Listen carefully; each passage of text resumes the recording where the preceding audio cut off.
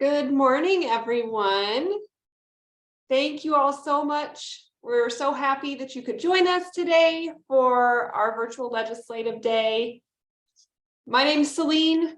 I'm currently the state policy representative for NMAND. I have our agenda pulled up here. We have so many awesome people that will be talking with us today. Our legislators and our presenters all have busy variable schedules, so we will try to be flexible and we may need to move things around as needed.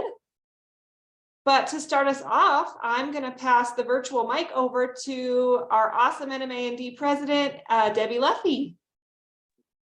Thanks, Celine. I'm going to pull up my slides here. All right.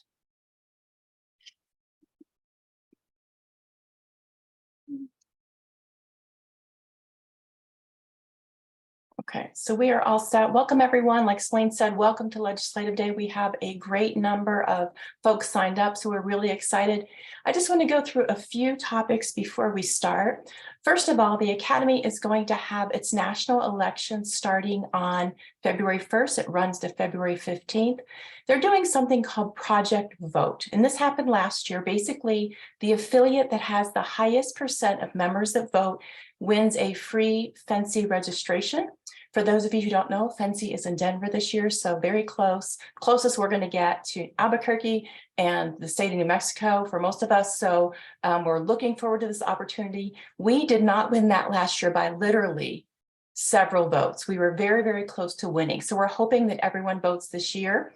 If an NMAND member votes in this election, we are going to put you in for the prize. So if we win and you vote in that election, you have the opportunity to win a free FNCE registration. If for some reason our NMAND member does not want to attend that, we're going to then raffle that again to any NMAND member who attends the annual session. So several opportunities perhaps for you to win a free FNCE registration. And speaking of voting, we are looking for nominations for next year's board or just to volunteer. We have a lot of people working behind the scenes. So if you're interested in working in any capacity, please reach out to Kathy McDivitt. She's our nominating committee chair. If you go to the NMAND website, you can find her email there. She is happy to take nomination positions for anything on the board or even a volunteer position. Students, we haven't forgotten you. Next year, we are going to have student liaison positions. So if you're interested in getting more involved with NMAND, please reach out to Kathy and she can get you connected with us. Next, we have our annual conference, The Future of Food. Hannah Contrucci is our professional issues coordinator. She's been working diligently on this. It's a little bit different than we've done in the past few years. We are going to do this virtually again. It is going to be 2 days, Friday, April 21st and Saturday, April 22nd via Zoom. So look for that. The registration will open March 1st in accordance with National Nutrition Month. So look at our Facebook page or our website for that link. And last but not least, we have our public policy panel. So this panel is the group of members who are working behind the scenes to address food and nutrition issues, both at the state and national level.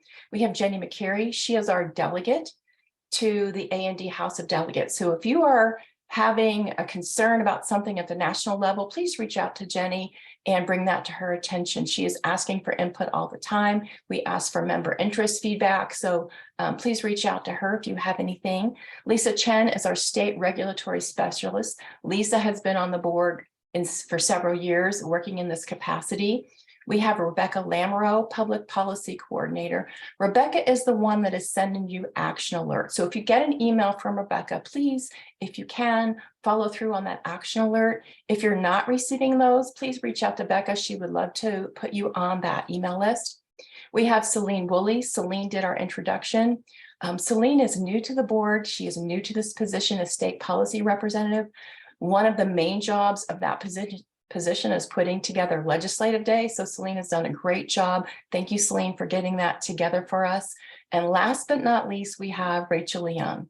Rachel Young has worked I was going to say tirelessly, but tiredly worked for over 6 years on the NMAND board. She has had several positions, including the Consumer Protection Coordinator. She has that now, also State Regulatory Specialist. She had wanted to step back for a little bit, and because of licensure and her commitment to this, she stepped back onto the board for this year. So I am going to turn this over to Rachel.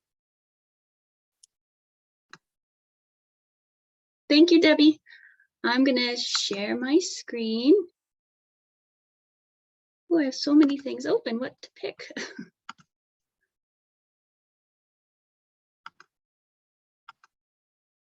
Okay. Seems I've had some internet issues this morning. So I'm going to turn off my camera. We don't need to see me while I talk, just so I can get better on the internet connection.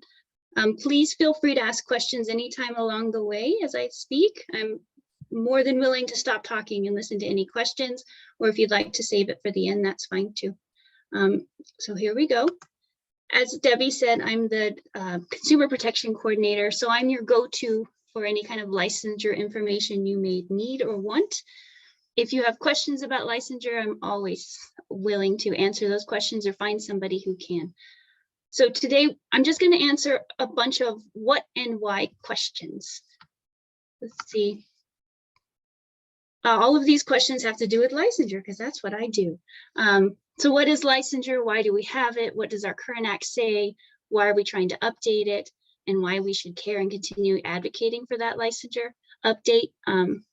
It's another big year for licensure in the legislature, hopefully. So licensure, it's state specific. It's a way to regulate the profession. For all professions, it's a way to regulate them. There are several different levels or types of licensure laws, and those include practice exclusivity, which mandates that only licensees can provide a service. There's title protection, which states people must be licensed in the profession in order to use that title. And there's also certification, which typically just certifies that a person has a credential, but doesn't necessarily restrict the use of that title or the provision of the service. There are also states that choose not to license a profession at all. And with nutrition, the difference in states, some will license dietitians and nutritionists, some one or the other. Here in New Mexico, we license both. Strong licensure laws ensure practitioners are competent and qualified, and they do this by requiring practitioners to meet education, training, and examination requirements. There really is only one acceptable valid purpose for enacting professional licensure laws, and that's to protect the health, safety, and welfare of the public. To justify licensure, it must be demonstrated to legislators that a lack of regulation risks the potential increase of legitimate public health and safety concerns. Not licensing a profession essentially implies that there is little or no risk to the public for providing services through that profession. Licensees are held to a standard that general public is not. This is through our code of ethics and through statutory provisions that provide that a licensee may be disciplined for acts such as malpractice, negligence, incompetence, or engaging in activities that may be harmful to the public. In order to prevent such acts, our licensure law requires education, continuing education, to help ensure licensees are keeping up with what's going on in the profession and continue to be safe.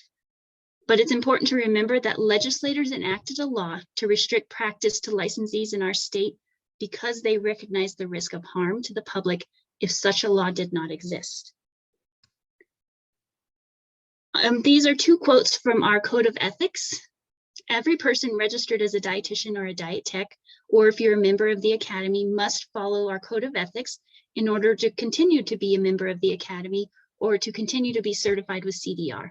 So as you can see with these quotes, it's our obligation to protect consumers from harmful nutrition practice. So part of this obligation is to report harm as well as to not be harmful, right? To not practice in a way that's harmful, but also to report any harm that you may see.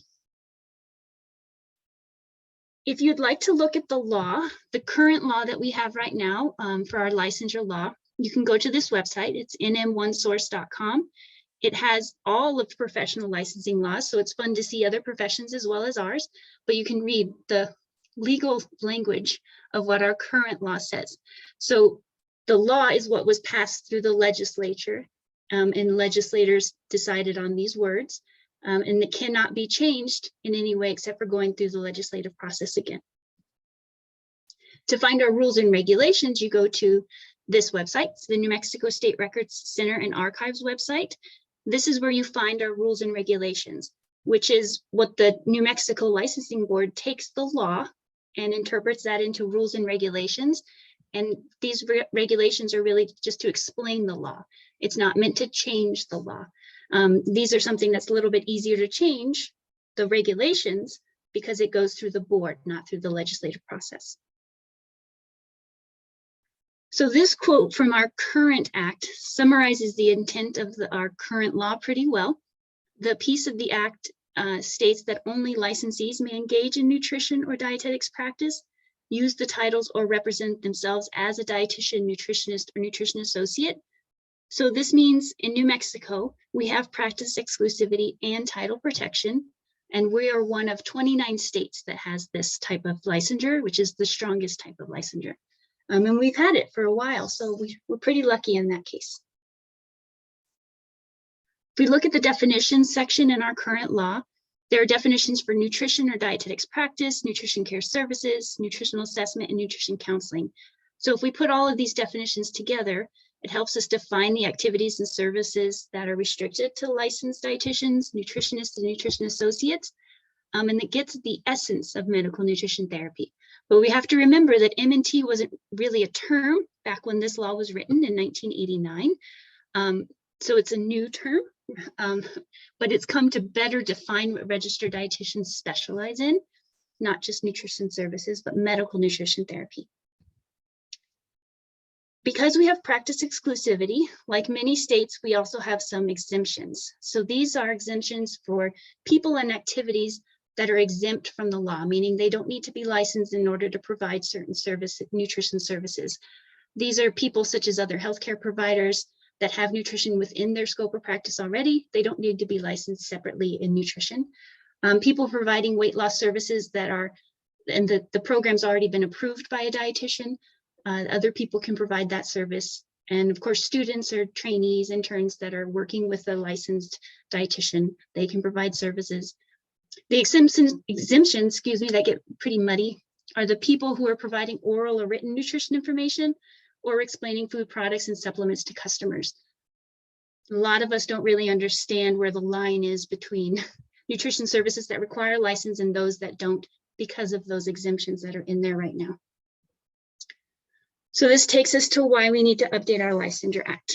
Our current act was written 34 years ago, so it's older than some people on this call, and it hasn't been changed since then. So the only change was in 1996, and all it did was decrease the number of board members from 7 to 5, so really not a substantial change. There have been some rule changes through the licensure board, but no changes to the law. So this outdated language, the terminology, and especially the nutrition organizations that are in the current act have caused confusion and opened loopholes so that some unqualified individuals can and have become licensed to provide nutrition services in New Mexico. And that's, to me, a scary thing when your whole world revolves around protecting the public. To have unqualified people licensed is a problem. Nutrition licensure laws that were written in the late 80s and early 90s, like ours was, were pretty broad in the types of services that one must be licensed to provide. Through the past 3 decades, it's been determined that MNT is the service that carries the most potential harm if provided by unqualified individuals, and restricting other nutrition services beyond MNT limits a consumer's options for accessing general nutrition education and general nutrition services. So as nutrition professionals and nutrition enthusiasts, most likely, we want to support consumers in their journey to living a healthier life, but we also want to be available when they need medical nutrition therapy and when they need us to help them manage or reduce the risk for chronic disease. Our current act will also take out the nutrition associate title. That's a title that only New Mexico has, and it's not something that's being used. It's just another outdated piece of our law.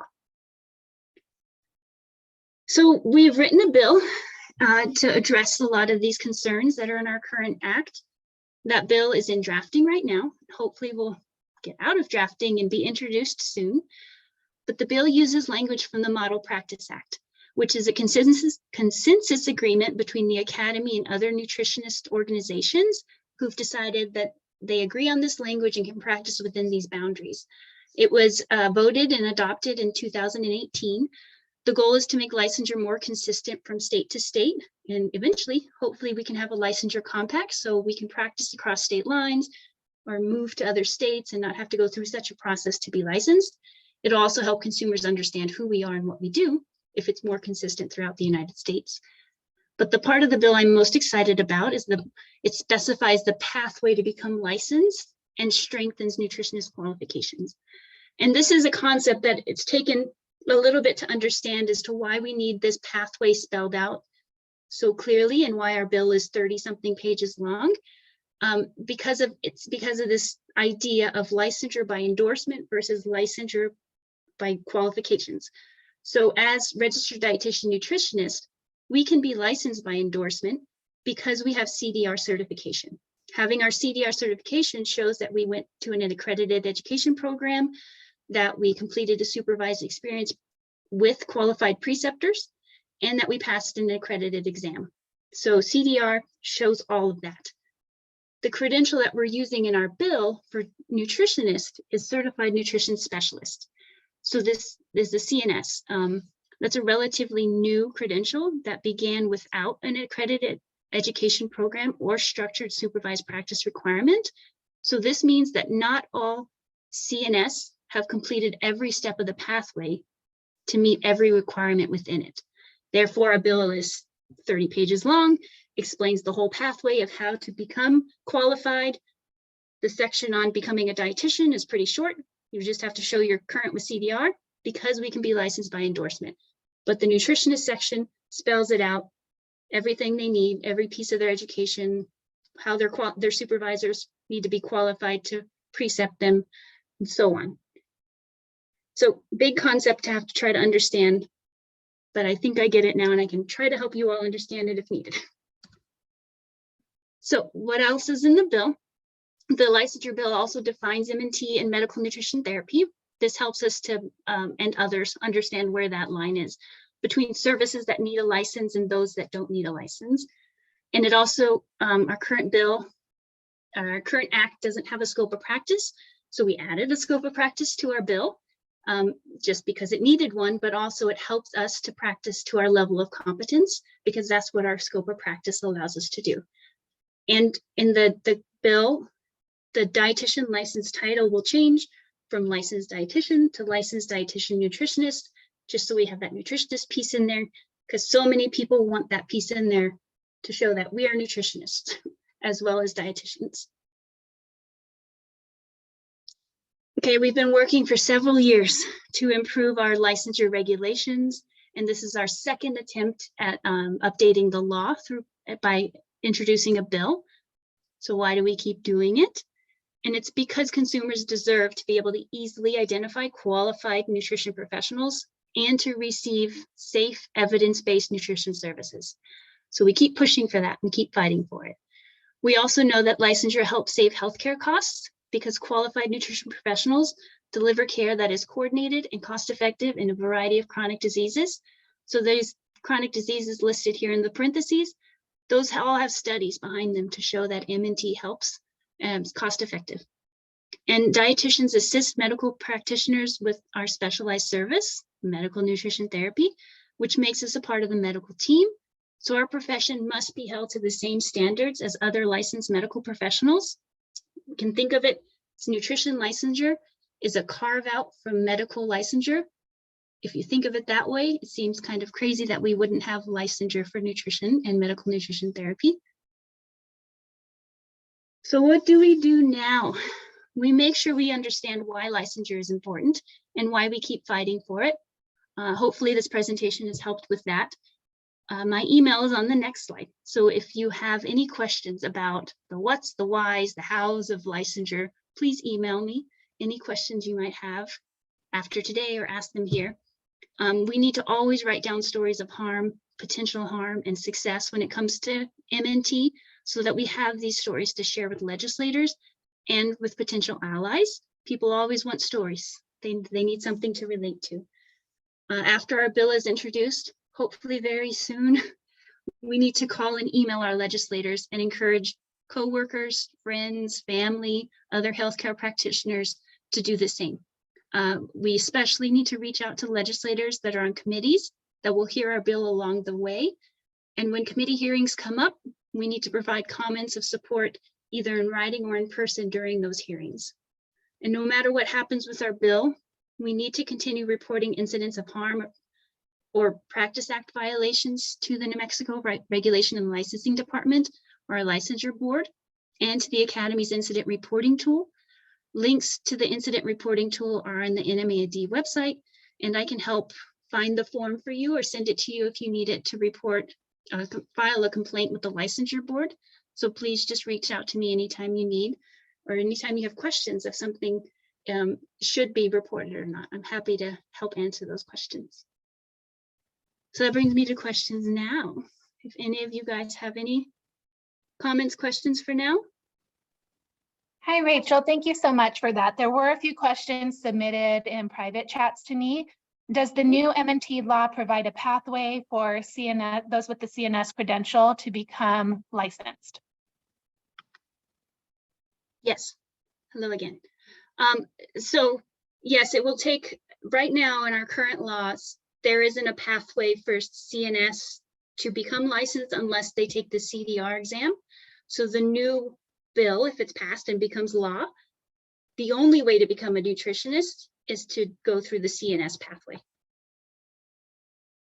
And then what does the new bill do to accommodate nutrition workers employed by the state, but who do not need to be a registered dietitian?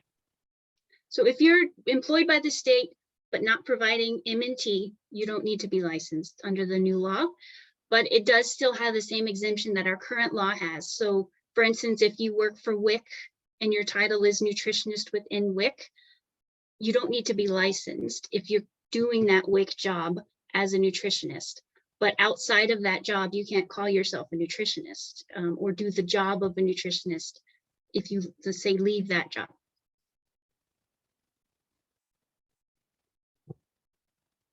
Thank you, Rachel. Those are the questions that I received. I just put in the chat. Feel free to submit questions in there or to just unmute and ask Rachel. Okay, thank you.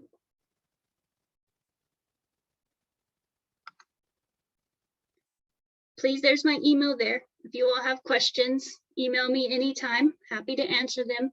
Or like I said, find somebody who can answer them. We are waiting for our bill to be finished being drafted, and then we can accept that draft, and then our sponsor can then introduce the bill. So hopefully that happens soon.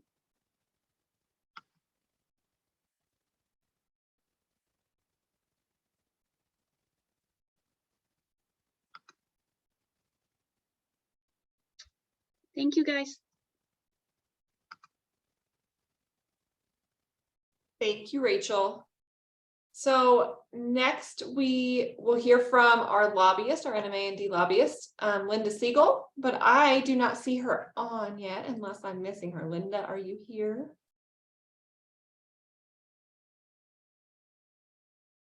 Okay, this is one of those times that we will be flexible. So anybody have any questions for any of us that are on the public policy panel that we can talk about or go over and while we wait for Linda?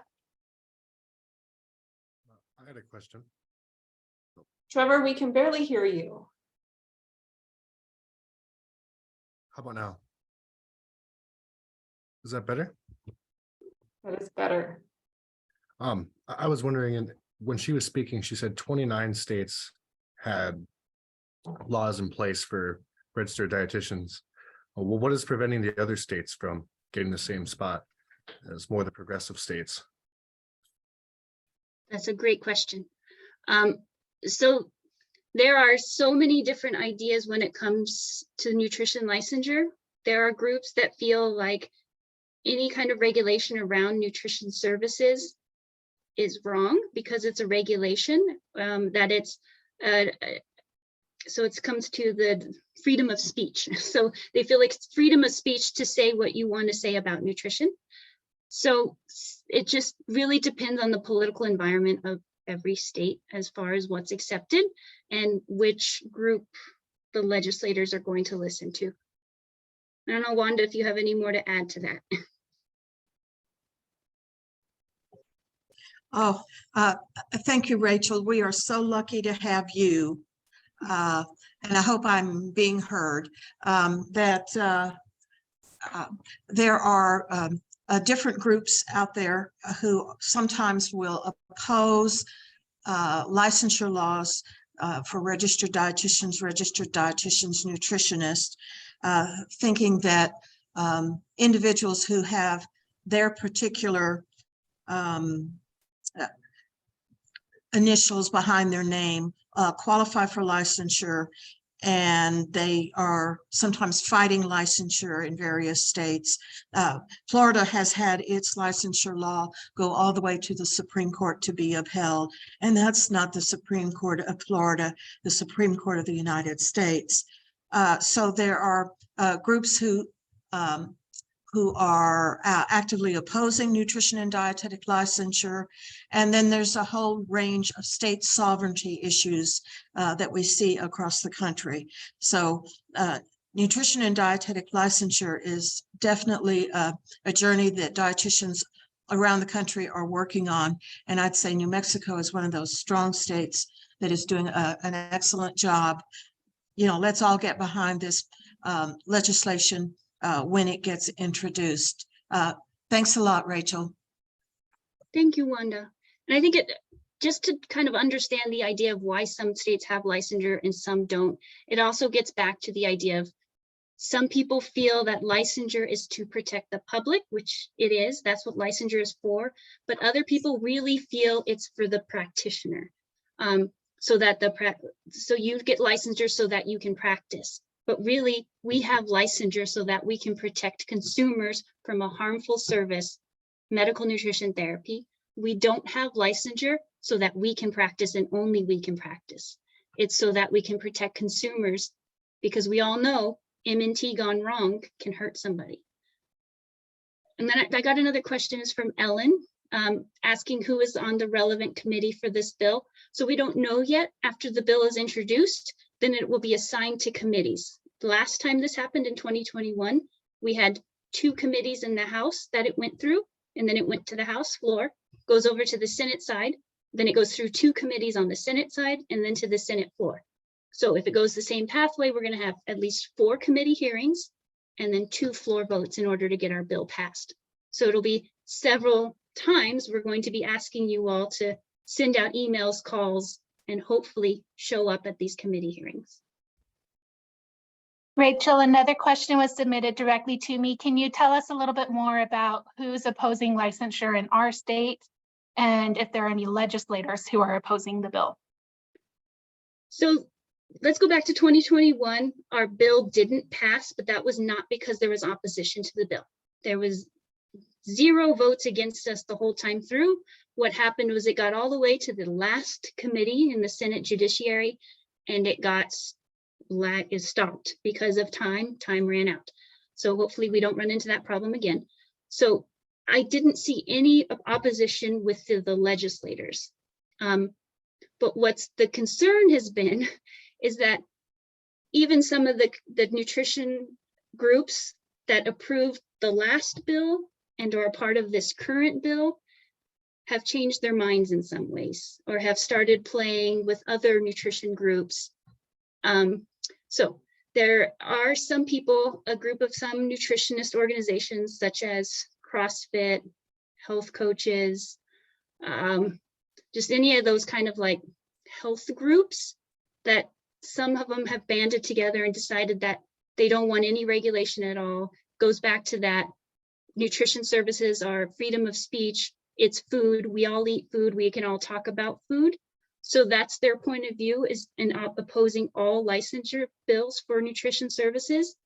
But our argument to that is that we're not trying to keep them from talking about food or from healthy nutrition or from general nutrition. What we're trying to protect people from or protect consumers from is the provision of medical nutrition therapy done by unqualified people.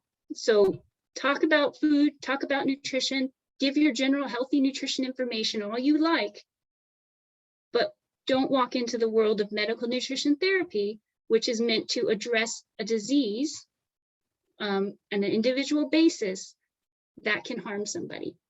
So it's a difference in thinking of what is the purpose of nutrition therapy is where we come into this disagreement.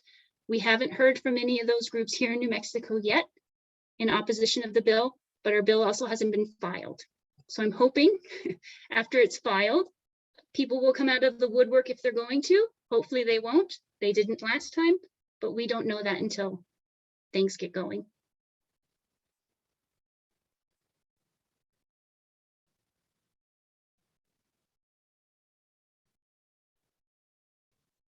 Any other questions for Rachel or any of us on the public policy panel before we go ahead and hear from our lobbyist, Linda Siegel? I have another question. Why it took 7 years to prepare the bill again or to send it again? So it's taken a couple of years. I started on this 6 years ago, and we started just looking at regulations to try to change what could we change through the rules and regulations with the licensure board. And through that process, we found that there were inconsistencies between the law and the regulations. And also in that time period, we had more people come with wanting to be licensed as a nutritionist, but they had taken the CNS exam. So because of that, we went to the academy and said, what can we do to include people that have gone through the CNS pathway so that they can be licensed, but we could make sure that they're qualified. So the academy in that time, so in 2018, they came up with the Model Practice Act, and they came to that Practice Act by working with the people who created the CNS pathway and other nutritionist organizations. So at the national level, the academies worked with those nutritionist groups to come to an agreement on what should nutrition licensure look like. So that happened in 2018 at the academy level. And then for us, our first bill was in 2021. And we had to wait 2 years because the 2021 and 2023, so odd years, are years that are the longer session. And that's when we can introduce bills like that. Because in the shorter session, it's only for budget related things. So this is just our next chance to do it. So if it doesn't happen this time, it'll be at least another 2 years until we can do it again. Thank you.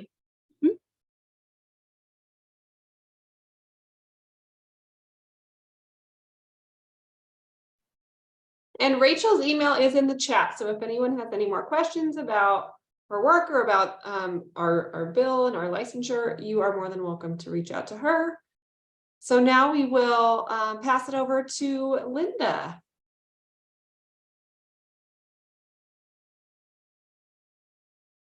I think you're muted, Linda. Now you can hear me. All right, there I am. Okay, thank you. Well, and I just want to comment on that last question because we came so close in 2021. That was the year of COVID, and it just ran out of time sitting on one of the chamber's floors, and we just, oh no, it was stuck in the Senate judiciary after it had passed the House and another committee in the Senate. So we tried really hard in 21 to get it through. So this is the year. We are waiting for the bill to come out. I submitted the draft that you all had worked on and reworked on and had your national work on, and it's been in drafting about 5 weeks now. And I talked to the drafter yesterday, and she's hoping it'll be done by this Friday so that we could get it introduced next week. And your primary sponsor on it is going to be Representative Liz Thompson, who is a longtime legislator in the House. She is chair of the House Health Committee, and she's a PT. There aren't many actual practitioners of any kind in the legislature, except this year we got some new people. We now have a speech therapist and we have a registered nurse. So it's always helpful to have real healthcare providers in the legislature because they can tell things from their perspective. So you want me to talk about my role as your lobbyist. And of course, that's part of my role, is working with you all before the session starts and getting your bill drafted. I know I kept sending the bill back and saying, well, can we change this? And then I had my own suggestions, but according to how New Mexico writes laws. And so that, I mean, this went on for months, and that's the way it should be. And your national is weighing in. So just to make sure that you have got this bill that is the first change of your scope of practice since what, 96, 98? Something like that. 89. And 99? 89. And 89. Oh my God, even worse. Yeah. So this is dramatic. This is huge. Your act went from a few pages to this huge document that has all these new things in it, because you have new definitions, new titles, new credentialing, new education. And so it's a big deal. I'm feeling really good that we're going to be able to pass it this year and get the governor to sign it, because it's not controversial. It's about updating your practice act to meet with the times. So my role is to help with that. And then my role is to track the bill through the session and through the committees and let you know, okay, the bill is going to this committee now, and this bill is going to go to the health committee first. And the health committee is the committee that Representative Thompson is the chair of. So we could, if the bill gets introduced the first part of next week, we could have our first hearing in another week or so after that. And when we go to a committee, we look at all the members of that committee. And I let you know who they are, and with their email and their office phone number, so you can put them out to your membership and have people that live in their district send them an email, call their office and say, I'm a dietitian and I support this bill. I hope you'll support it too. And then I talk to each and every one of them before the bill goes to the hearing, to see if they have any questions. And usually it's just to tell them, okay, here's what the bill's about. And our message is going to be, this is a totally non-controversial bill. It is a bill that is updating a practice act that hasn't been updated since 1989. And that will help them understand why it is so much bigger than the current statute that you have. So I talk to all of them, or as many as I can catch, because sometimes you can't catch everybody before the hearing. Then when the hearing happens, one of you will come and sit with the sponsor and present the legislation, talk about it. And generally what we do is sort of give a brief outline of what the bill does, and then wait for the committee members to ask questions, because you really, the legislators' eyes glaze over if you start going through every section and explaining it. And there's really no reason to do that, because they wouldn't understand some of it anyway, about the differences in your titles and credentials and education and all that. So once that happens, the presentation happens, the legislators ask questions, then the chair of the committee will ask for a vote of a do pass or a tabling motion on the bill. And of course, this bill is going to pass because it must, and because of all the work that you all have done on it. And once it passes that first committee, then it has to go to a second committee. And I'm helping shepherd that bill all along, talking to the members of the second committee, getting the information out to you, so that the bill will move smoothly. After it goes to two committees, then it will go to the floor. We call it the floor, the chamber of the whole House or the whole Senate, where no witnesses can be on the floor. So your sponsor has to really understand, well, they can be there to answer questions, but they can't talk.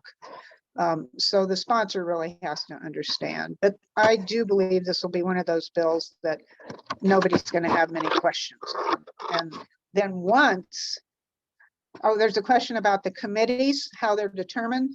So the first committee is health, because it's a health bill.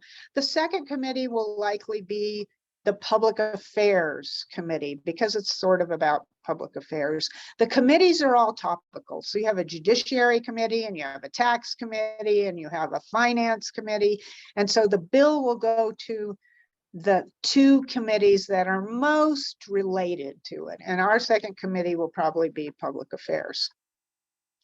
Then once the bill passes the first chamber, it goes to the second chamber, where we have a Senate sponsor, which we haven't lined up yet, but we will, that will do the exact same thing in each of those committees. Presenting the bill and talking about it. And then it'll go to, after it passes both Senate committees, then it will go to the Senate floor. All the senators will vote on it. If there's no amendments to the bill in the Senate, then it'll go on to the governor. If they change some little word or something, it has to go back to the House for concurrence. But I really don't think that's going to happen. It should be fairly smooth sailing from the two committees to the House chamber, two committees in the Senate to the Senate chamber, and then it'll go up to the governor. So that's kind of the process and my role in it. Questions about that?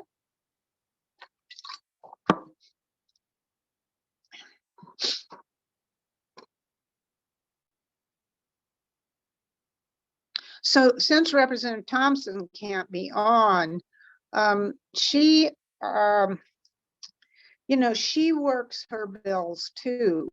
So she will be, as well as, you know, presenting and tracking the bill herself with her staff.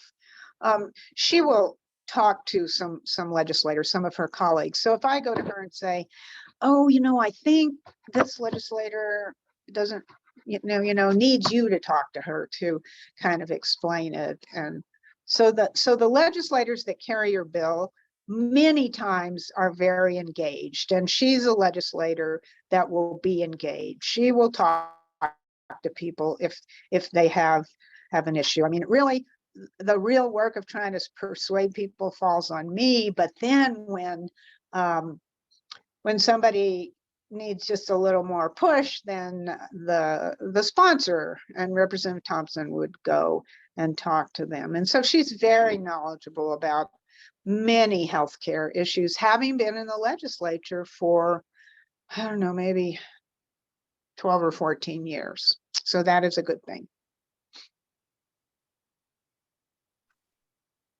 Linda, I have a question. This is Rachel. Okay. So last time we didn't have any opposition to our bill, but we did have a question about it. Right. Before you came on, is, who we might expect or suspect might oppose our bill. Again, we don't know.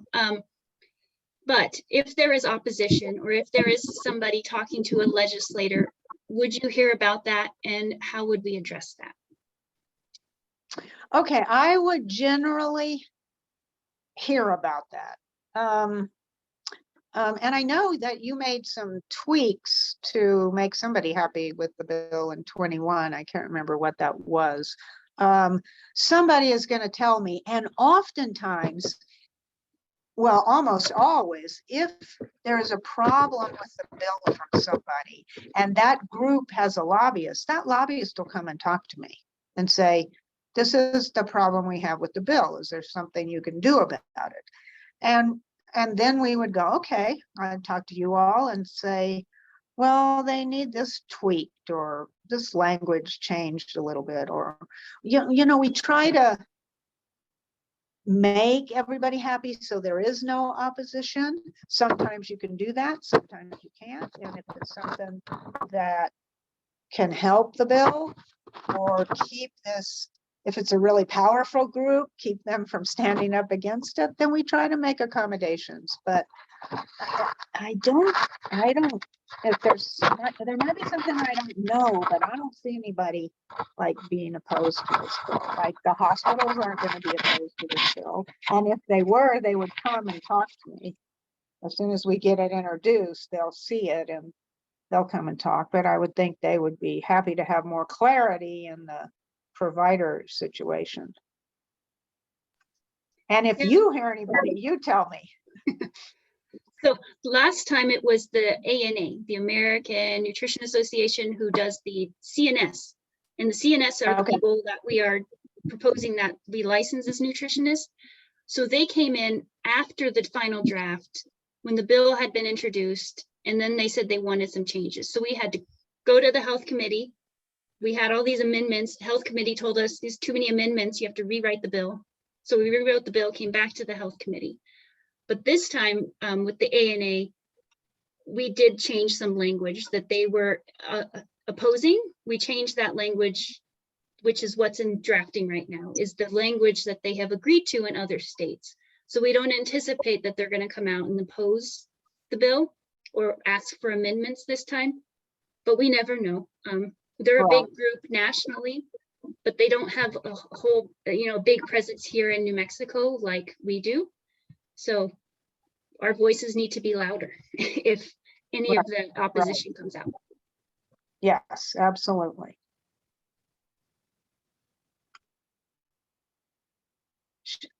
Sean, okay, let me talk a little bit about how members can be involved. If you go on the legislative website up in, well, let me just pull it up. So I can tell you exactly how to do it, because I bet some people don't know who their legislators are. And that's okay, because it's easy to find out. So if you go on the New Mexico legislative website, up at let's see, legislators. If you, there's a whole list of items across the top, starting with home. And the second one is legislators. If you click on that, a drop box comes down, and the very second one is find my legislator. And you click on that, and you are able to put in your address, and then it's going to pull up who your House member is, and once you fill this out, who your Senate member is, if you don't know. So that is very helpful. Find your new district by address. Yeah. And you are going to want to contact your legislators, your House member and your Senate member, because both of them are going to hear this bill. And you can contact them through the email or through their office phone number and leave a message with the secretary. And when the secretaries answer, they want to know that you're a constituent. So they're going to ask your name and your address, usually, and then, are you for or against this bill? And we'll have the bill number hopefully by next week, so you can be telling them, oh, it's this bill about licensing dietitians. So that is one way that everybody can be involved from home.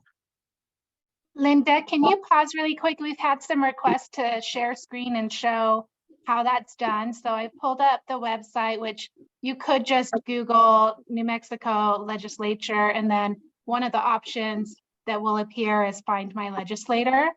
So Rachel, you help me on this, because I know that there's kind of also, we used a different one that had updated addresses. So is this the correct one that people would use? Yeah, it should be updated now. So Yeah, Linda, we ran into some issues before the legislative session because the House members were all new, or a lot of them new, because of the new districts, and they were reelected. And they weren't up yet. They weren't up yet. Yeah, so now it should be current. Now they're here. So I Yeah, okay, so if you, let me go back, I haven't. So you click on legislators. Let's see.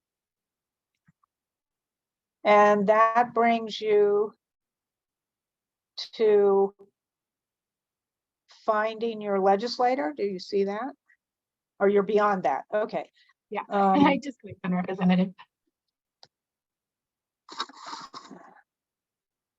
Now it's acting up. I have a terrible connection up here. Let me see. Try again. I can give an example. This is not my current address, so don't look for me here, but I'll just put in an old address.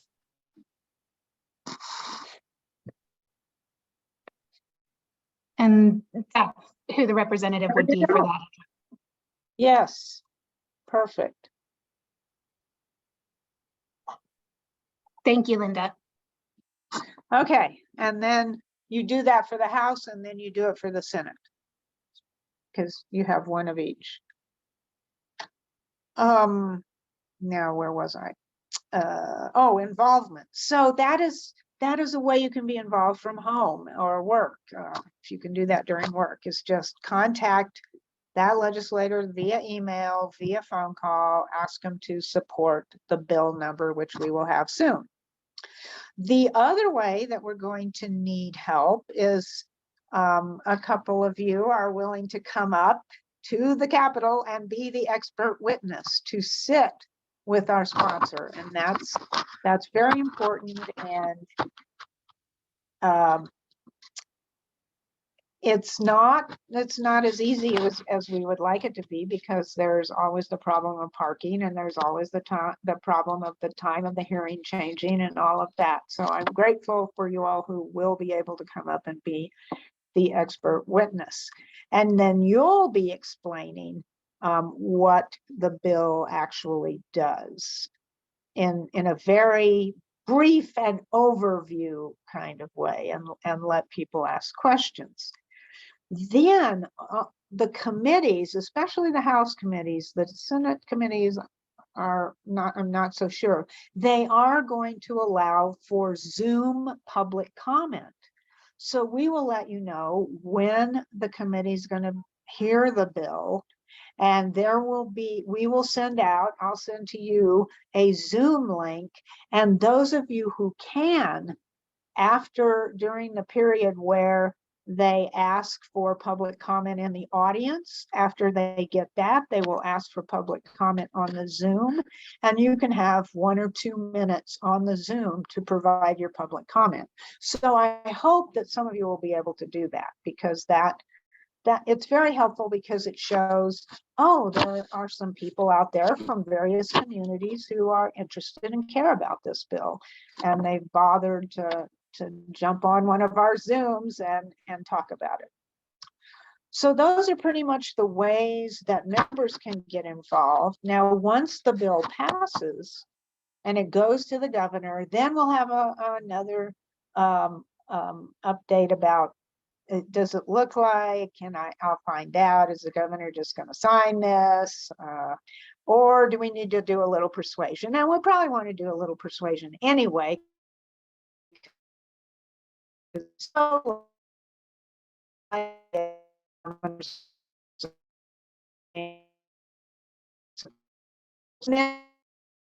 we want to the same, at least House bill, whatever number it's going to be.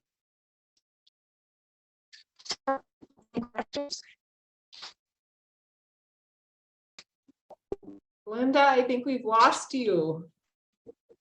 You're frozen. Can you hear me? Uh-oh. I think you're coming back. Okay. I'm sorry. Terrible connections. Can you hear me now? Noise of Zoom. We can hear you. We can't see you. Oh, now I think she's completely gone.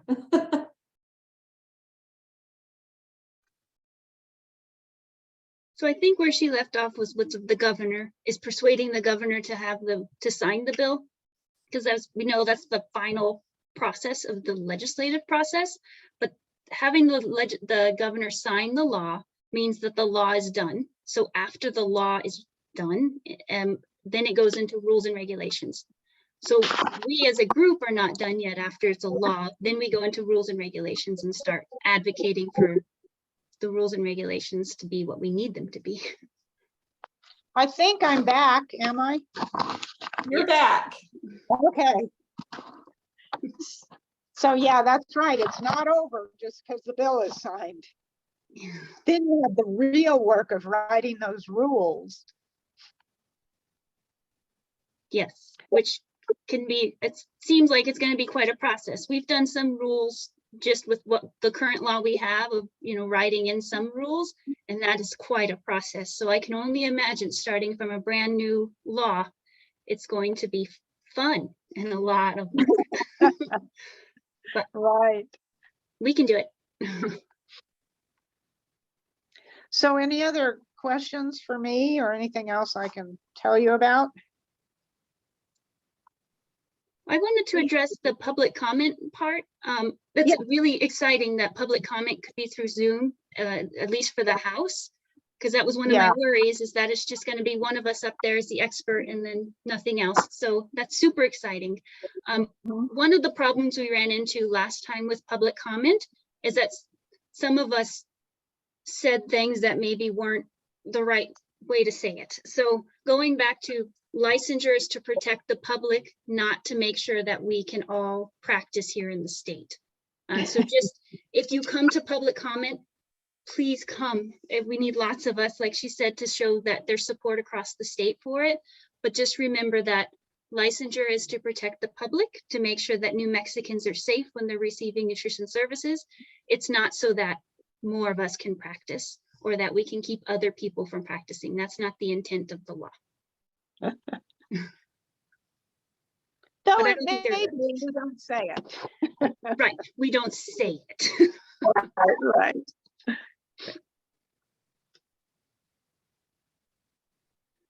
Linda, I have a question. Just could you briefly discuss why New Mexico is the only state that legislators do not receive a salary? I think it's just a lot, that people don't realize, and will this ever be changed? So. Great, thank you for that question, because it is a hot one. We used to be one of only 2 states, and then New Hampshire started paying their legislators, albeit not much. This, it's hard to say why it came about, except to say that we're still functioning on the process that was created when the Constitution was written in 2012. And that's when we became a state, and we were like totally rural and farmers and ranchers. And that's why the sessions are in the winter, because that's when they weren't busy or as busy. And so they could ride up to Santa Fe and meet. And the thought of paying people just never entered their minds. But in the Constitution, they put that the legislature will be a volunteer. And in the 80s, the late 80s, early 90s, the legislature passed an amendment to the Constitution saying that legislators could be paid. And that went on the ballot. See, whenever you change the Constitution, the legislature cannot change it alone. They have to pass a constitutional amendment, and then the public has to vote on it. Well, it was kind of a bad timing when they did that, because there were some political scandals, and there were people who had gotten prosecuted, political people who had been prosecuted for certain crimes and all. So the public voted it down. And there have been a couple of attempts over the period of these last 30 years to do a constitutional amendment, but it hasn't even passed the legislature. This year, there is a constitutional amendment to pay salaries, and the language of the constitutional amendment allows an independent commission to decide what those salaries are. So the legislators would not be deciding on their salaries. But the constitutional amendment must pass the legislature, and then if it did pass this time, it would be voted on in the 2024 election. And it could, maybe it could be voted on the, no, probably couldn't be on the 23. So I think it has a really good chance of passing the legislature. And I think at this point, the public is aware that it is totally unfair to ask people to leave their jobs and their homes for 30 days 1 year, 60 days the next year, come up here, stay in hotels, eat out at restaurants. It's crazy, and not pay them one dime. They get a per diem to help them pay for the expenses when they're here, but that's it. So I really believe that constitutional amendment's going to pass. All the good government groups are behind it. And then I believe there will be a campaign for the next general election to try to get the public to support it. And I think that's a great possibility, just because it's really an embarrassment to not pay our legislators. And here's the other piece of that. Legislators have no staff. During the legislative session, there are staff up here, like secretaries in every office, to answer the phones, and there are some analysts to analyze bills. But once the legislator leaves here, there's no staff to handle constituent issues. There's no staff to do anything. There's no staff to help them draft new bills or think of new ideas or help them go out and meet with their constituents. There's absolutely no staff. So there is a bill with some appropriation in it so that the Senate and the House would be able to hire some staff to work with legislators. And that is very important, because when you call up, you're at home and you've got an issue you want to talk to your legislator about, you call them directly. There's no staff to talk to. You call them directly, and it depends on their ability to respond to the constituents based on whether they have a full-time job, to whether they can actually spend an hour with you. But if they had a staff person who could sort of screen it and talk about it, then your conversation with the legislator might be, they would have some of the details about it already. So the staff bill is very important. The constitutional amendment to enable us to pay legislators is very important. Looks like we have another question. Diana, you're welcome to unmute and ask if you'd like. So my question is related to public presence in the committee hearings. So it sounded like the previous comment that the public will be allowed to be in the committee room, or is it all just going to be Zoom and only the witness? No, the rooms are full of people now. Okay. Yeah. In 2022, when the Capitol was open, really the only people here were lobbyists like me and the legislators and the staff around here. Even though it was open, most people didn't come. Of course, it was a 30-day session just about budget.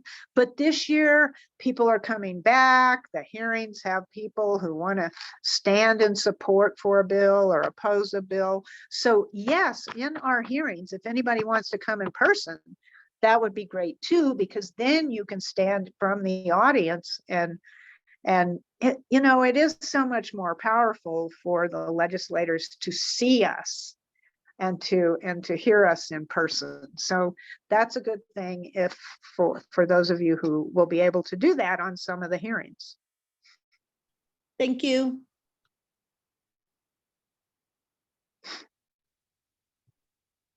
Any other questions for Linda?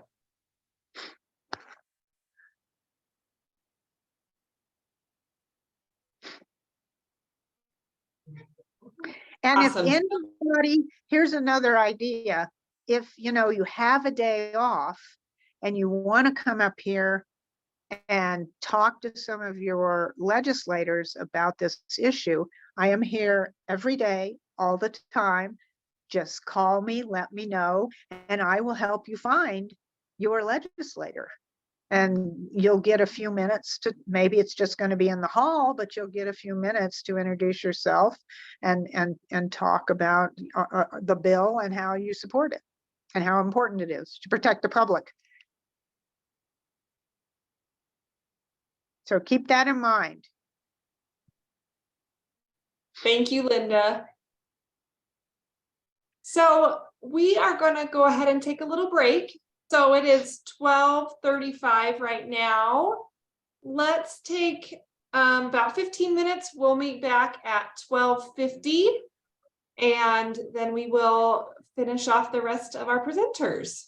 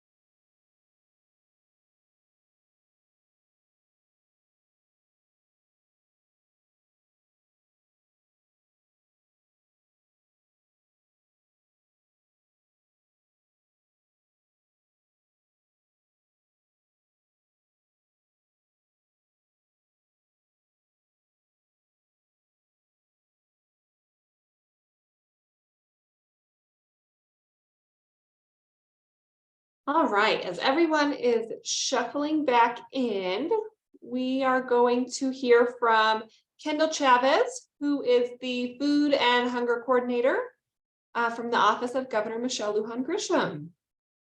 Welcome, Kendall.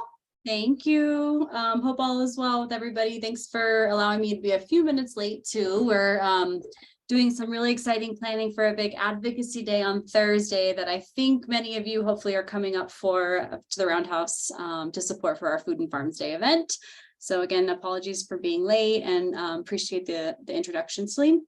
I'm just going to jump into a very quick legislative preview for you all, and then we'll just have some time for open discussion. I do want to say before we get started that the Academy has been a core partner in helping us think through a lot of our nutrition security work for children, and really looking at meal quality and building out an ecosystem that really works for kids that are eating meals at school. So I just want to say thank you, Rebecca and others, for all your help with crafting these strategies that we get to work on together this session. So I am going to share my screen.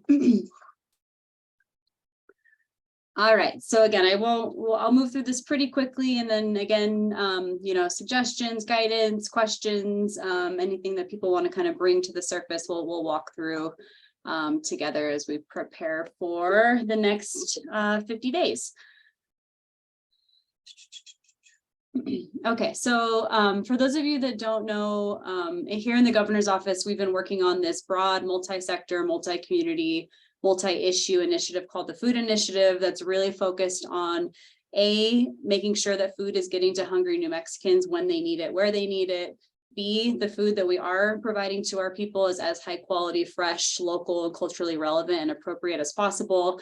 And C, that we're really connecting our farmers, ranchers, and food businesses to scale up and provide these really critical foods that we need for our school meals, senior meals, preschool meals, all the meals that we're serving in our institutional programs and grocery stores, farmers markets, et cetera. So really looking at that intersection between food security and supporting our agricultural economy. So that is where the Food Initiative at large sits. And this is a 1 to 2 year old initiative that really began on day one of the governor's in the day one of her first term. And it really, you know, her legacy of work around supporting agriculturalists and looking at child hunger and senior hunger specifically. So since 2019, you can see on the screen, we've served a ton of meals, you know, and while we can't say that those are all fresh and local and really reflect place and community, that is really the target that we're heading towards. Just the pure scale and the number of meals and pounds of food that we're getting to New Mexicans across the state is a sheer number that we are proud of, a number that we want to see increase, and then also making sure that we're really focused on the quality piece and the health piece and the nutrition security element of our food systems work. So for the Food Initiative, there's 4 key areas, just to kind of frame this out for many of you that may not have heard of this initiative before. We have 4 buckets, the first being community food programs. This is looking at all the programs you think of when you think of food security programs, things like SNAP, things like school meals, things like commodity programs and on reservations, things like that, senior meals. Really looking at those programs, innovating them, improving them, and connecting them so that they really work for the people that need them the most.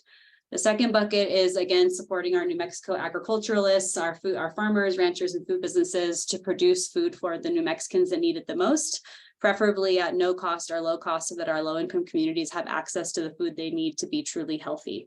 The third is supply chain. We learned a lot of lessons during COVID and again during the fires on the gaps in the way that goods move around the state, whether that be physical goods, issues around transportation, data linkages, broadband, right? All these really critical infrastructure pieces that are important to a supply chain working that are missing or underdeveloped here in New Mexico. And then the fourth, really prioritizing sustainability.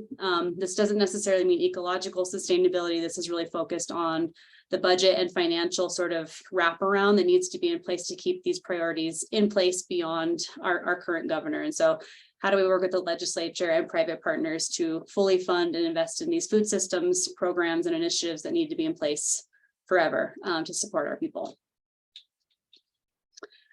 We have many agencies that are working on this initiative. You can see some of them on the screen. A few of them may be sort of surprising. Department of Finance and Administration, economic development, agencies like Workforce Solutions. Again, when we looked at these sets of strategies a year ago, we really were looking for that cross-sector intersectional approach to address the silos and the failures of our food system here in the state. So here's just a quick snapshot of the agencies that we rely on to get this initiative off the ground.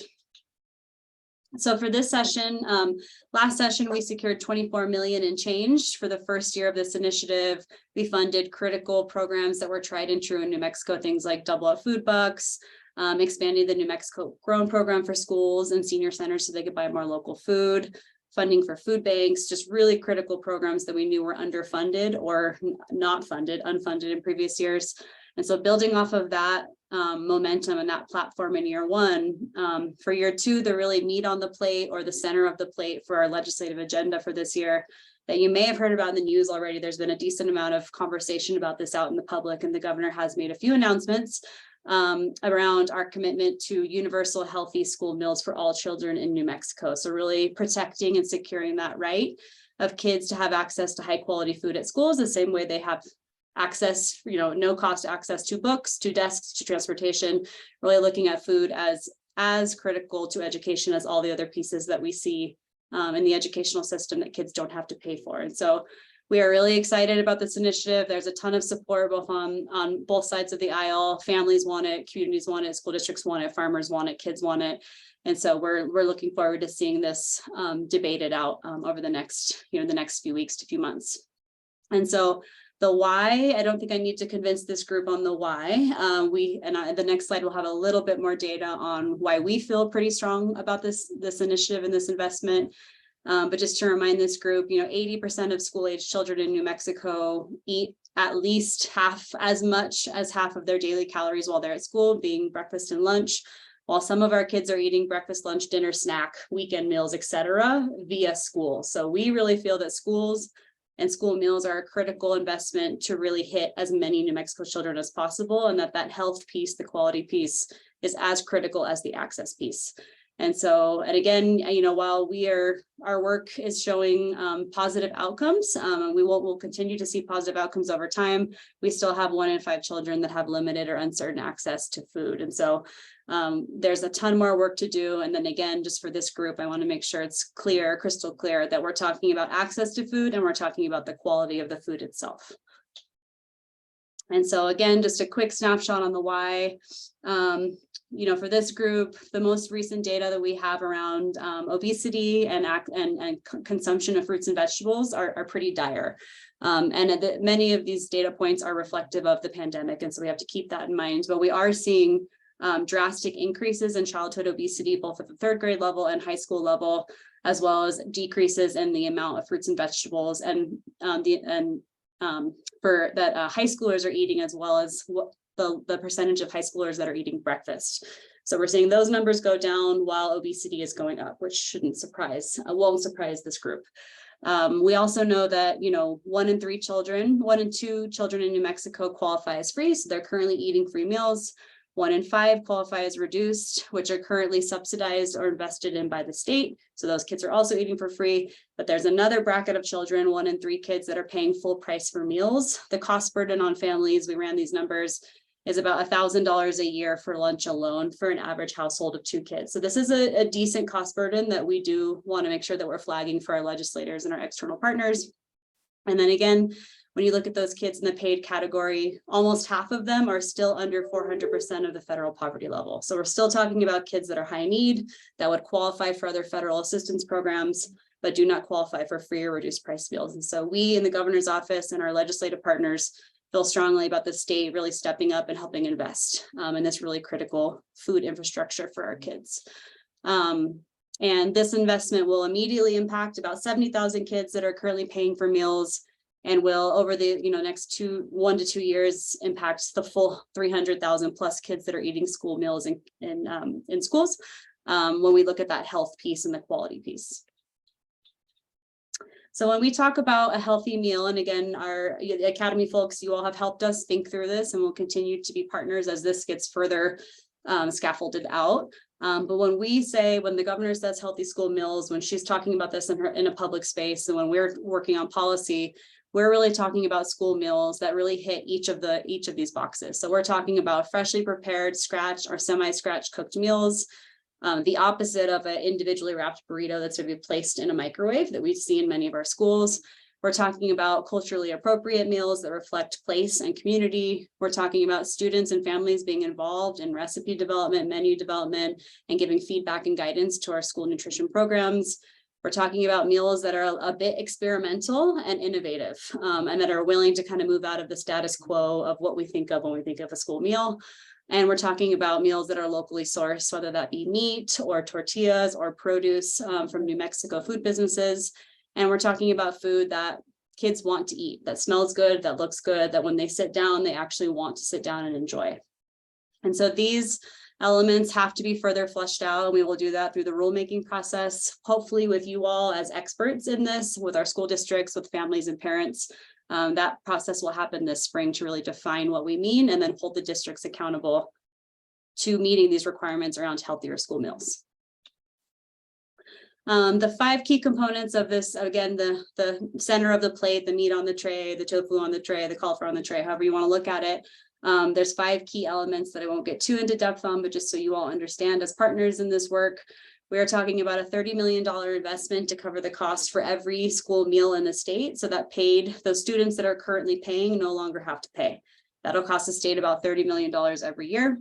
We're talking about a $2 million, and that number this $2 million carve out will increase over time, but currently a $2 million incentive for schools and districts that want to serve more local produce, that want to serve more New Mexico beef or lamb or mutton or bison as an additional incentive, again, to get more fresh, local, nutritious product on the school tray.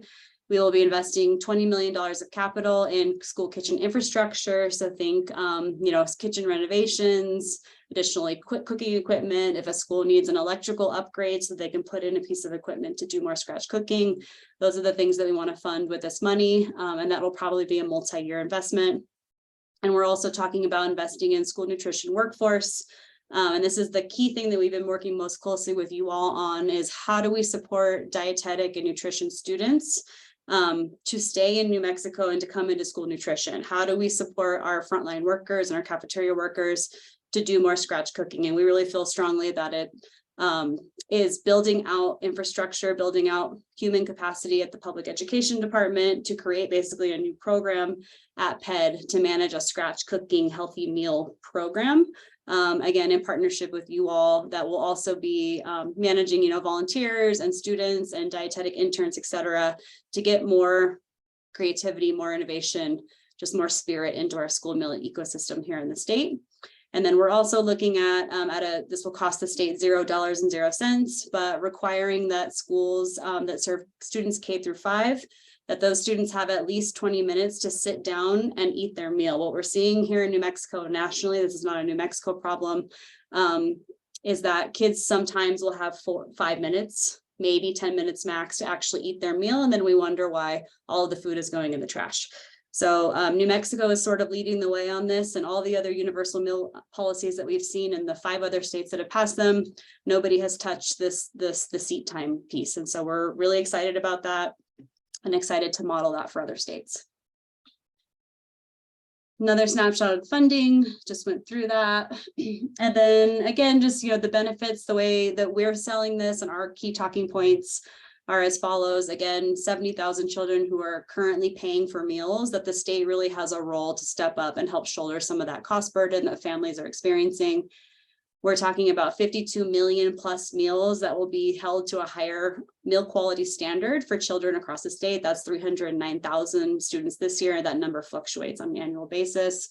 We're talking about really critical revenues for nutrition programs. So as you all may know from your experience in the world, whether you have children in schools or you're studying food service or have any understanding of sort of the institutional culinary environment, schools typically get about $3.50 per meal in reimbursement. That covers labor, that covers equipment, that covers food, that covers everything. And so we're asking districts like low-income families to cook these beautiful, healthy meals on very small budgets.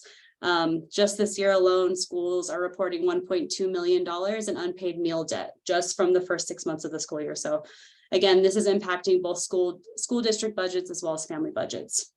And then we also feel strongly that we want to continue to support our 160 plus farmers, ranchers, and businesses that are selling to our schools through our New Mexico Grown program. We want to see that number increase, and we want to see the New Mexico Grown program truly be statewide. Currently, we have about 65 schools and school districts that participate. We want to see this program really span out to the more rural frontier parts of the state. And then just for you all to know too, so again, the healthy universal school meals is at the center of the plate.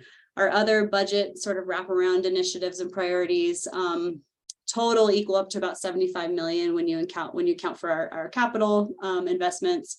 And the 2 key areas I wanted to call out for this group, excuse me, I just drank a bubble water, so I'm a little bit process that. is really investing in our senior issues of senior hunger that we have in the state. And so again, the state stepping up and maintaining federal SNAP benefits that seniors and individuals with disabilities currently are getting, and keeping that number flat so that grandparents raising grandchildren, elders that live in multi-generational households have what they need to buy the food and the groceries they need for their families. We feel strongly about expanding nutrition incentive programs and farmers market programs, and food as medicine type programs that really connect our hospital and healthcare infrastructure to fresh produce and healthy food, and really like building out that intersection point here in the state of New Mexico. And then also, again, having a pretty crystal clear focus on our farm, ranches, and food businesses, and building out our market programs through the New Mexico Grown Program, as well as investing in more internships, apprenticeships, and workforce development for young, beginning, returning, female, minority, et cetera, farmers and ranchers that we know that we need here in the state. And so with that, this is just a breakdown of the budget. Happy to share this after the presentation, but this is the line item detail of every program that we're recommending funding for through the Food Initiative budget package, which again lives alongside the Healthy Universal School Meals Initiative. So I will stop there. That was a lot of information. I've been told that I talk fast, but I did just want to brief you all on where we're headed, and again say thank you for the partnership with the Academy. We look forward to continuing to working with you over the coming years. And with that, I'll stop sharing, and then we can just have an open discussion if there's questions or comments.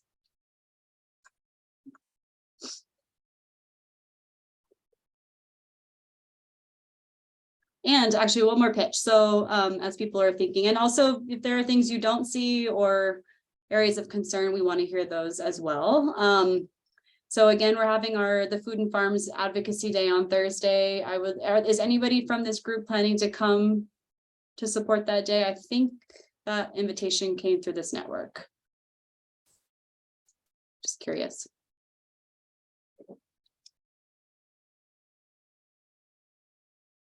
Kendall, can you speak to what kind of support you're hoping for that day? Yeah, so this is an annual event that we don't organize out of our office. It's in partnership with community-based organizations. And so what it looks like is an award ceremony in the morning. The governor is receiving an award for her food systems work. And then there will be a series of other awards that are given to schools and senior centers and nonprofits, farmer groups around their commitments to improving our food system here in the state. And then folks will go talk to their legislators about supporting the things that I just mentioned, as well as other key legislative priorities that will be discussed that morning. And then there's a luncheon, which I think may be invite only, but it's really just an award ceremony and then helping spread the message and educate your legislative, your representatives and senators about this issue of hunger and nutrition and food work here in the state. The other ask I have for you all is we're going to start going into hearings around the school meals bill. The budget won't go through any type of there won't be any committee hearings on that. That's more of a behind the scenes process. But this bill, Senate Bill 4, Healthy School Meals, will be heard in committee starting tomorrow in education. And so if any of you all as our broader network feel excited and want to support this critical piece of legislation, we would ask, to provide public comment. You can attend virtually, attend in person. And so I can keep you all kind of abreast on what that schedule looks like. But our first hearing is tomorrow at 9 a.m. Kendall, I was wondering, when you talk about the budget that will go into providing universal school meals, I assume that definitely includes lunch. Can you tell us how much that pertains to breakfast? For example, is that just going to cover who's already participating in breakfast, or are you looking at doing something like breakfast in the classroom for all students? So New Mexico already has a breakfast after the bell policy on the books, as well as a reduced price copay. I mentioned that again, the state pays for the copay so that reduced price kids don't have to pay for lunch or for breakfast. The Healthy Universal School Meals covers breakfast and lunch for every student in the state. So when we ran that number, that includes two meals a day for every student that currently is paying for those meals as a paid student.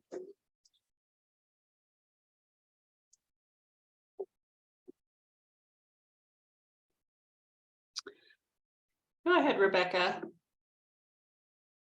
Hi, Kendall. Thank you so much for always being doing incredible work. Just curious, can you talk a little bit more about the No Elderly Hungry, the home delivered food boxes, and then the hot meal vouchers? Can you just tell us a little bit more about that, please? Yes, and I think saw Jenny on here too. Jenny, I don't want to put you on the spot, but if you want to share any as an example of what Presbyterian's doing around the produce prescription, feel free to jump in. But that's the senior investment. So for the last few years, the state, for the last year, the state has invested state funds into a produce prescription program that prioritizes local food, CSA boxes, that sort of thing. But in some places of the state looks like a voucher or a token for somebody to go to a store because there's not really farming infrastructure there. We built that program off of what's already happening through Presbyterian, COPE, Idaho Navajo Nation, the Farmers Market Association, and others. And so this most recent iteration that we have built in partnership with Presbyterian and the other groups is leveraging Medicaid funds. So there will be a state match for Medicaid funds to roll out a pilot for homebound seniors and also for women with gestational diabetes as the first two pilot populations. To use Medicaid funding for produce prescription boxes, medically tailored meals, which you all know more about that than me likely. Medically tailored meal, I understand, but you guys actually understand what that means. As well as for seniors, meal vouchers for a restaurant or to eat at a school or a preschool in a community where maybe their senior meal program only does one meal a day, or they need a little bit of extra support around a hot meal. So that's like the basic concept. And we're commingling against state funds and federal funds to build out that program. I don't know, Jenny, I don't want to put you on the spot, but anything you want to share from Presbyterian around the produce prescription work, which is really the impetus for a lot of this other work? Sure. Yeah. Thank you, Kendall, so much for your leadership at this level. It's really exciting. And thanks for talking with us today. Yeah, we're really excited to be a partner, at Presbyterian to be able to expand our fresh fruits and vegetable prescriptions in partnership with local farmers, the local markets, and those that offer CSA delivery as well, and our local clinics too. So essentially, we're able to expand our produce prescription program in different regions, primarily focusing on reach to pregnant individuals and families with households with young children. So that's the primary population. And yeah, just being able to expand it to some of those rural areas that we weren't able to reach previously. So happy to answer any detailed questions if anyone has any. Thanks, Jenny. And yeah, the sort of branding, that kind of bucket of the work, and the food is medicine is, there's other states that have been doing this work for a few years, but I would say we're sort of in the right. I think some states are sort of dabbling, but we're excited to be really, again, looking at the Medicaid funds and how do you really scale this and support our on the ground partners to do, again, meet people where they're at, serve more rural communities. How do you get local food from a metro area to an area that has no farmers market, those types of questions. And then how do you streamline the electronic back of house work so that it's less administratively burdensome for our partners is the other piece of this that we're eventually going to figure out. But Rebecca, did we answer your question? Sure. Jenny, so how often do they get a box, a veggie or fruit box? And what does that look like? So typically our produce prescription is a 16-week prescription. So the individual or the family will receive it for 16 weeks. And depending on if it's delivery or if the clinic's distributing it, it may be on a weekly basis, or it may be every other week to kind of extend the length of time that the individual can benefit from the fresh fruits and veggies. Awesome. Thank you. Angelique, you can unmute and ask. Hi, so I know like this is about like kindergarten age through like adult and elderly, but how is this going to be affected with like pre-Ks now, like starting to get involved since that whole process was passed recently with the preschools and pre-Ks? Yeah, great question. So when we first started dreaming about the healthy universal school meals and the workforce development and all the all of that, we being here in the governor's office, always think about this as we're looking at aging, like you said, Angelique, we're looking at K through 12, and we're looking at preschoolers, right? The kids that are eating through the state's new programs and preschools and daycares and Head Starts, et cetera. We're going to start with K-12, make sure that it works, make sure we can implement it. And then the goal, and we've heard this from legislators too, is to really roll this out for senior meals as well as the meals for the little ones is the goal. We do already have New Mexico Grown for preschools through our early care and education agency. But we hope to build out that like meal quality piece more in the future. Thank you. Great question. Any other questions for Kendall about their work? There's two private comments that came to me. So one is, is there a way to help and get involved with this initiative, which is always the question I wish I had a better answer for.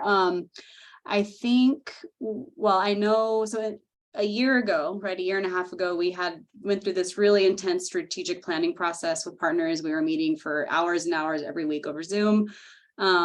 That had a hard stop last year around this time, just because you have to get to the actual implementation and the policy side of the work. And now that we're a year and a half in, I'm committing to, having these larger community meetings twice a year. So probably once in April and once again in October, November, when the budget's being set as we prep for the coming legislative session. So I'll make sure that this group knows. And if you would like to participate in that community meeting, that we have representatives from the Academy would be awesome. And then the other question is, looking to work with school systems once I graduate, and then I have the contact, but I look forward to becoming involved with schools and seeing what changes can be implemented in the future, excuse me. Rebecca, Cassandra, others, do you all want to make a pitch now on kind of the conversation we've been having around engaging students? And like, or do we feel like I don't know if it's fully baked yet, but if it might be a good time just to kind of loosely speak to that if we feel comfortable.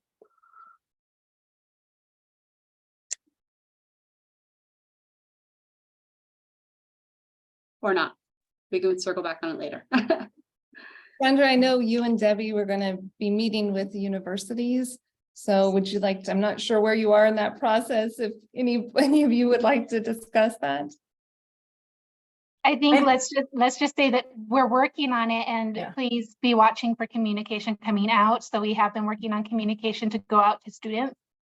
We hope that you'll kind of be looking for those opportunities that will be coming up after this summer. But I don't think we're ready to really speak to it in this meeting, Debbie. No, I think we need a little bit more time to iron out some of those details. We will be using the NMAND website to talk about some of the pathways that have been promoted by the Academy. So you can look for that coming to the website. But as for specifics, we are just going to wait on that for a little bit. More on that soon, on ways to really work together on this issue of, again, improving our meals. And really, we want to start, really selling school nutrition, preschool nutrition, and others as lucrative, exciting career paths for people that care about nutrition and food. So more to come on that soon. So Celine, I think that's it for me, unless there's other questions. I will say though, Kendall, the person that contacted you, if you could share in the chat that person's info with us, we would love to have some more people involved in these discussions. And if anybody else is involved in or interested in getting involved in this, please reach out to me or Debbie or Rebecca, and we're happy to have help and support from you all. We have a few minutes left. Any other lingering questions for Kendall or anyone else?